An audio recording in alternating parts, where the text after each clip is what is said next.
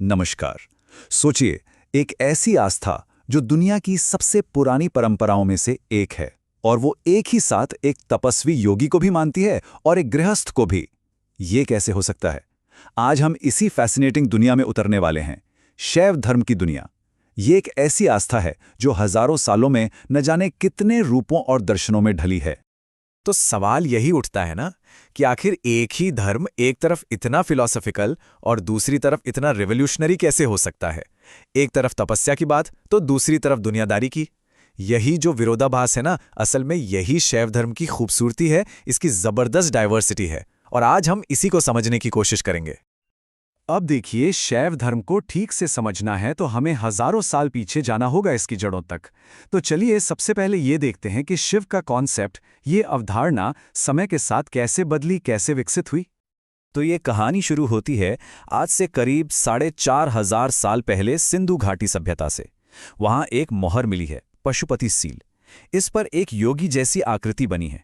बहुत से जानकार मानते हैं कि यह शिव का सबसे पुराना, सबसे शुरुआती रूप है।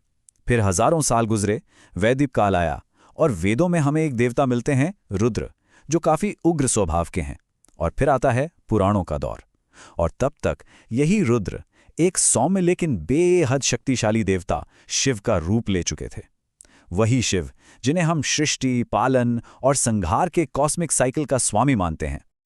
अच्छा, इतनी सारी अलग अलग बातें हैं, लेकिन फिर भी कुछ ऐसी कोर बिलीव्स हैं, कुछ ऐसे मूल सिद्धांत हैं जो ज्यादातर शैव परंपराओं को एक धागे में पिरोते हैं। तो चलिए अब उन बुनियादी चीजों को समझते हैं जो शिव के कॉस्मिक डांस यानी कि तांडव या ब्रह्मांडीय नृत्य की नींव हैं। शैव फिलॉसफी को समझने के लिए न बस 3 शब्द याद रखने हैं: पति, पशु और पाश। बहुत सिंपल है। पति मतलब स्वामी यानी खुद शिव। पशु मतलब हम सब यानी हर वो आत्मा जो अपनी सीमाओं में जकड़ी हुई है। और पाश, पाश का मतलब है वो बंधन, वो रस्सी। किस चीज की रस्सी? हमारे कर्मों की और माया की, मतलब उस भ्रम की जो हमें सच देखने से रोकता है। और शैव धर्म का जो अल्टीमेट गोल है वो इसी पाश को काटकर आजाद हो जाना है, यानी मुक्ति पाना है। और इस पूरे ब्रह्मांड को चलाते कौन है? शिव। और वो ये 5 काम करते हैं जिन्हें पंचकृत्य कहते हैं। पहला, सृष्टि यानी यूनिवर्स को बनाना। दूसरा, स्थिति यानी उसे बनाए रखना। तीसरा, संहार यानी उसका विनाश करना। चौथा है तिरोभाव, मतलब आत्मा को माया के पर्दे में छिपाकर रखना। और पांचवा और सबसे जरूरी, अनुग्रह यानी अपनी कृपा से उस पर्दे को हटाना, सच दिखाना और आत्मा को मुक्ति देना। ये 5 काम ही शिव की सुप्रीम पावर को दिखाते हैं। लेकिन कहानी यहां और भी दिलचस्प हो जाती है, क्योंकि शैव धर्म के अंदर ही एक बहुत बड़ा फिलोसॉफिकल डिवीजन है। सवाल यह है कि असलियत क्या है? क्या आत्मा और ईश्वर 2 अलग अलग चीजें हैं या फिर दोनों एक ही हैं? बस यही एक सवाल द्वैत यानी ड्यूअलिज्म और अद्वैत यानी मोनिज्म की ये बहस शैव धर्म के 2 सबसे बड़े स्कूलों को एक दूसरे से अलग करती है। तो देखिए, एक तरफ है दक्षिण का शैव सिद्धांत। ये द्वैतवादी है, मतलब ये मानता है कि भगवान और आत्मा दोनों अलग हैं। और मुक्ति कैसे मिलेगी? शिव की भक्ति और उनकी कृपा से। रिचुअल्स और मंदिर की पूजा यहां बहुत जरूरी है। वहीं दूसरी तरफ है उत्तर का कश्मीर शैव। ये नॉन ड्यूअलिस्ट है, मतलब अद्वैतवादी। इसका कोर आइडिया है सब कुछ शिव ही है। यहां गोल बाहर पूजा करना नहीं है, बल्कि अपने अंदर की डिविनिटी को पहचानना है। और इसका रास्ता है ज्ञान, चेतना और योग। अब शैव धर्म सिर्फ फिलॉसफी और ज्ञान की बातों तक ही सीमित नहीं रहा। नहीं, इसने इतिहास में एक जबरदस्त सामाजिक क्रांति को भी जन्म दिया। एक ऐसी क्रांति जिसने अपने वक्त के पूरे सोशल और रिलीजियस स्ट्रक्चर को हिलाकर रख दिया था। और इस क्रांति के केंद्र में थे 12वीं सदी के महान समाज सुधारक बसवण्णा, जिन्होंने लिंगायत परंपरा की शुरुआत की। उनका एक बहुत पावरफुल कोट है जो उनके पूरे विचार को समझा देता है। ये शरीर ही तो मंदिर है, फिर पत्थर के मंदिर में जाने की क्या जरूरत है? मतलब पूजा बाहर नहीं, अपने अंदर करो। ये कॉल टू एक्शन था।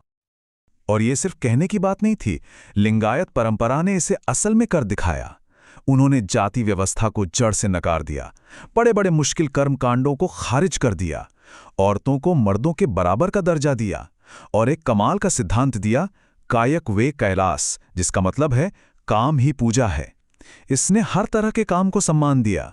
सच कहूं तो ये शैव धर्म के अंदर एक जमीनी बराबरी वाली क्रांति थी। तो हमने फिलॉसफी देखी, सोशल रिफॉर्म देखा। अब चलते हैं शैव धर्म के एक और पहलू की तरफ। ये रास्ते हैं गहन तपस्या और साधना के, जहां मोक्ष पाने के लिए बहुत इंटेंस स्पिरिचुअल प्रैक्टिसेस पर जोर दिया जाता है।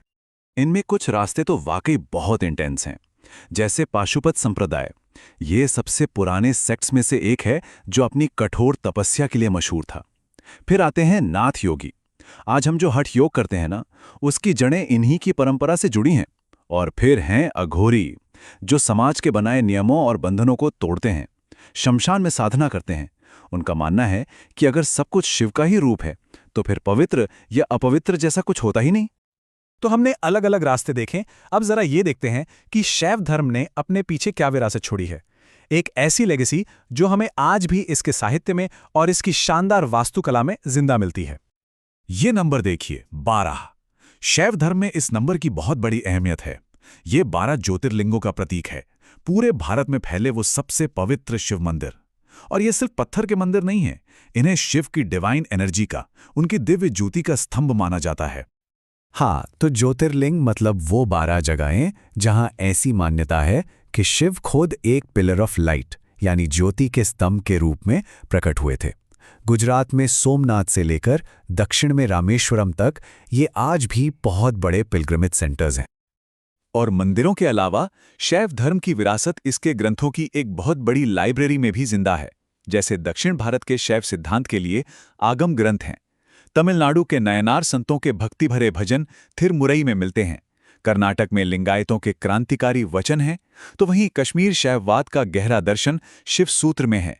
और नाथ योगियों की हठ योग प्रदीपिका तो आज भी योग करने वालों के लिए एक गाइड की तरह है। मतलब हर शाखा की अपनी आवाज है, अपना साहित्य है। तो शैव धर्म की ये पूरी कहानी हमें एक बात सिखाती है कि सच एक ही हो सकता है, लेकिन उस तक पहुंचने के रास्ते अनगिनत हो सकते हैं। आज की दुनिया को देखिए, जहां हर कोई मीनिंग और जस्टिस यानी अर्थ और न्याय दोनों को खोज रहा है। ऐसे में सोचने वाली बात यह है कि इन हजारों साल पुराने रास्तों में से कौन सा रास्ता आज भी हमारे लिए रेलेवेंट है, किसकी गूंज आज भी सुनाई देती है।